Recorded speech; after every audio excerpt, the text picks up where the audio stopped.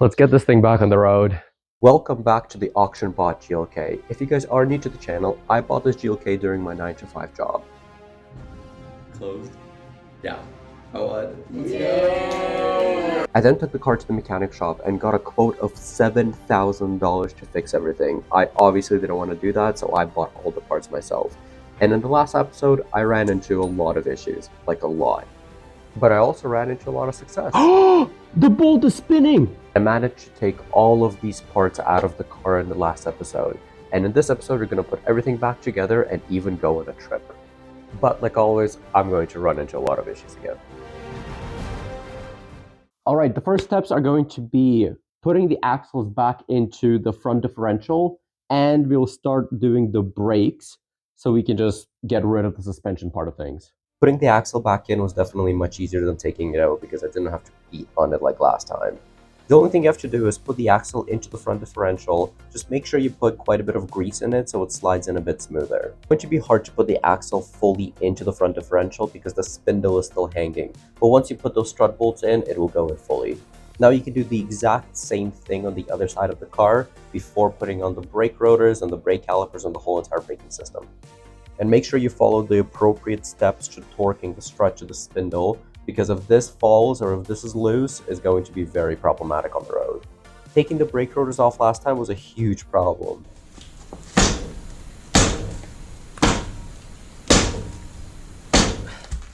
So when I'm going to put the new ones on, I'm definitely going to put some anti-seize on it, so the next person is not going to struggle as much as I did.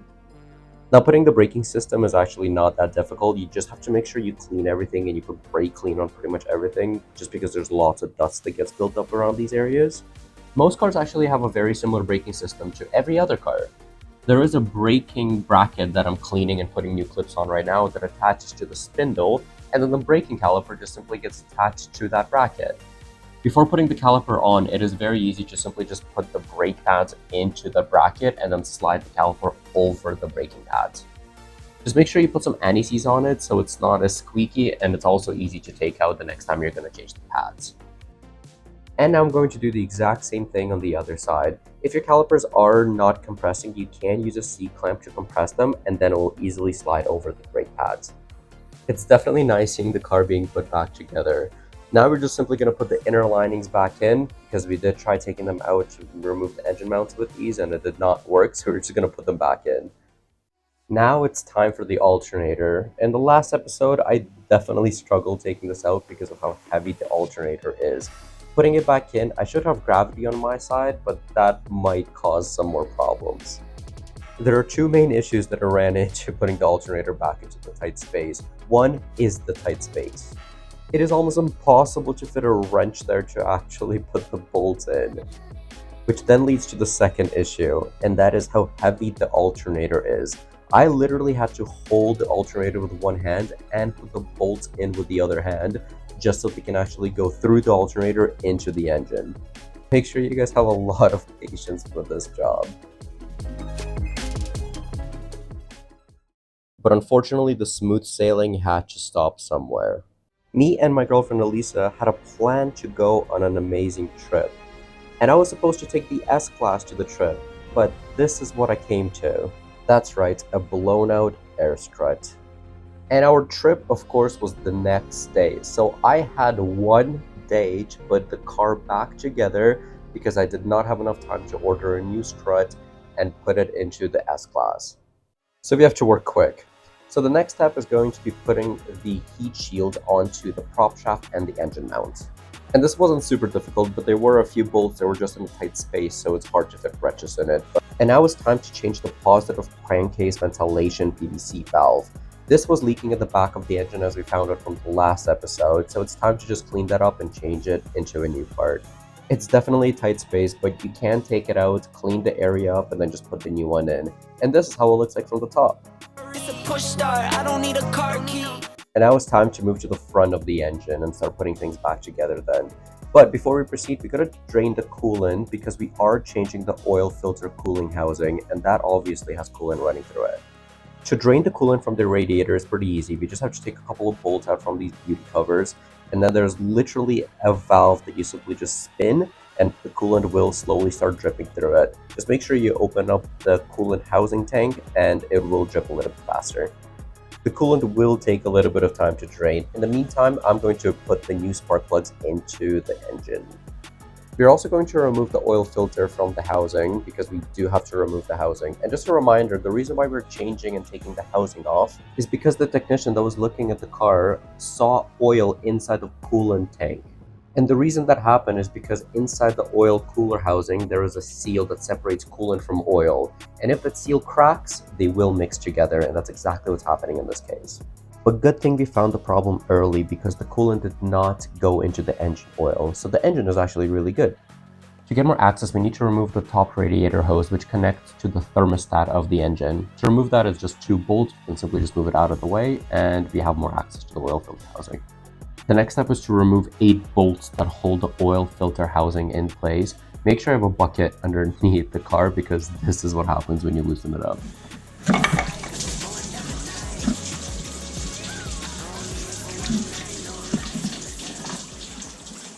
And now it's just a matter of separating the oil filter from the cooling housing. There are just 4 bolts holding the housing onto the oil filter. Simply just separate that, and there's going to be another seal behind it. Taking the gasket out might be a little difficult because it gets super brittle, but you simply just have to jam a small screwdriver in and it will easily take it out. The housing has been leaking for a while now, so make sure you clean it up before putting it back in. And once it gets fully cleaned, we can finally put the new gaskets in. This is also a great chance to clean the front of the engine without any accessories or the housing on because everything is just open. And now it's finally time to put the oil filter back in with the new gaskets. There are 8 bolts holding it on, so just make sure you remember where they went back in. The engine is finally looking more like an engine now with all the pieces back in it. I have put all the accessories back on, and now it's the serpentine belt time. We are still really far from getting it done, and it is already like 11 p.m. at night. But I must finish the car before our trip for tomorrow.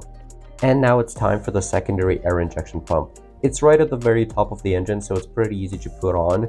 There are 4 bolts holding it in, and we can simply just adjust the serpentine belt to make sure that it's on the pulleys correctly. Now you know you're at the finish line when you're starting to put fluids back into the car. This car takes about 5 liters of coolant after you drain the radiator out and 8.5 liters of 05W40 oil. And of course, I'm using AMSOIL for my cars because this is the best oil for cars in my personal opinion, and I absolutely love it. And you guys can find the oil down in the description below if you guys do want it.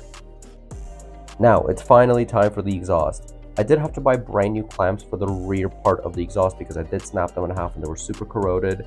And we're going to put that into our tally to see how much money I'm into this car right at the end of the video, so stay tuned for that. The exhausts are very heavy, especially when there's 2 of them from each side. So make sure you guys have somebody helping you out to at least hold them from one end. I somehow managed to do it by myself, but I was really motivated because it was already 1 a.m. and I wanted to go home. Do not forget to plug the O2 sensors back into their appropriate slots and tighten all the bolts according to the specifications because if the exhaust falls, it's going to be very problematic.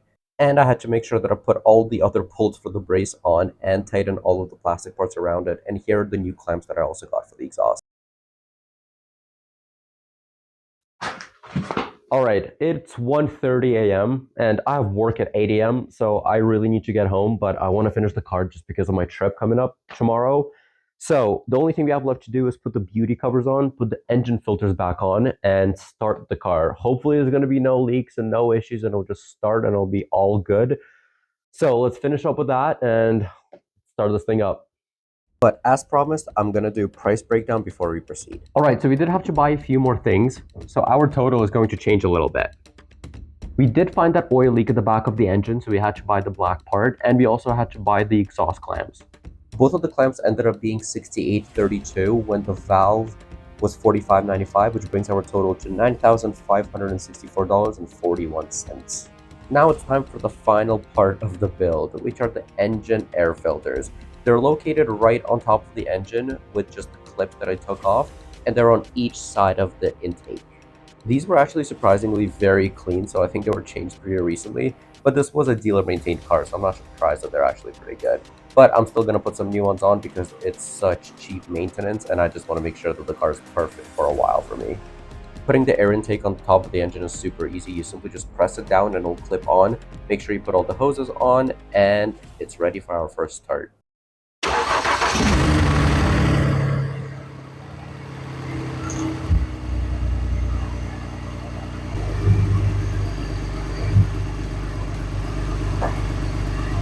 The car ran absolutely perfectly. There's nothing on the dash, there was no weird vibrations or sounds.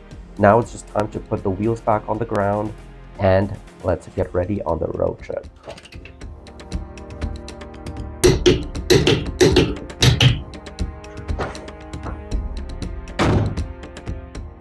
Let's go on the road trip.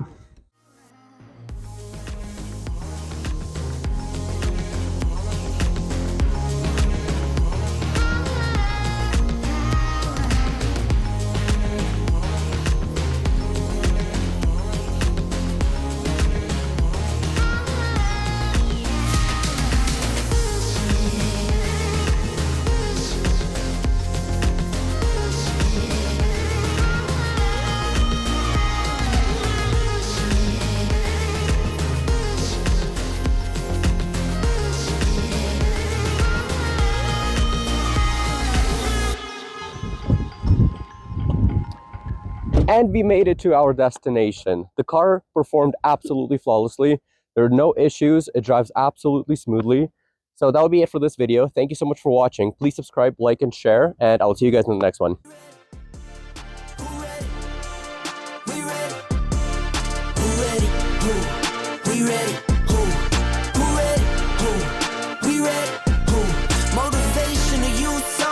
Mentally feel like Kobe, I'm like Jokic with the rock. You physically couldn't hold me, I don't care if you pushing 40. You can never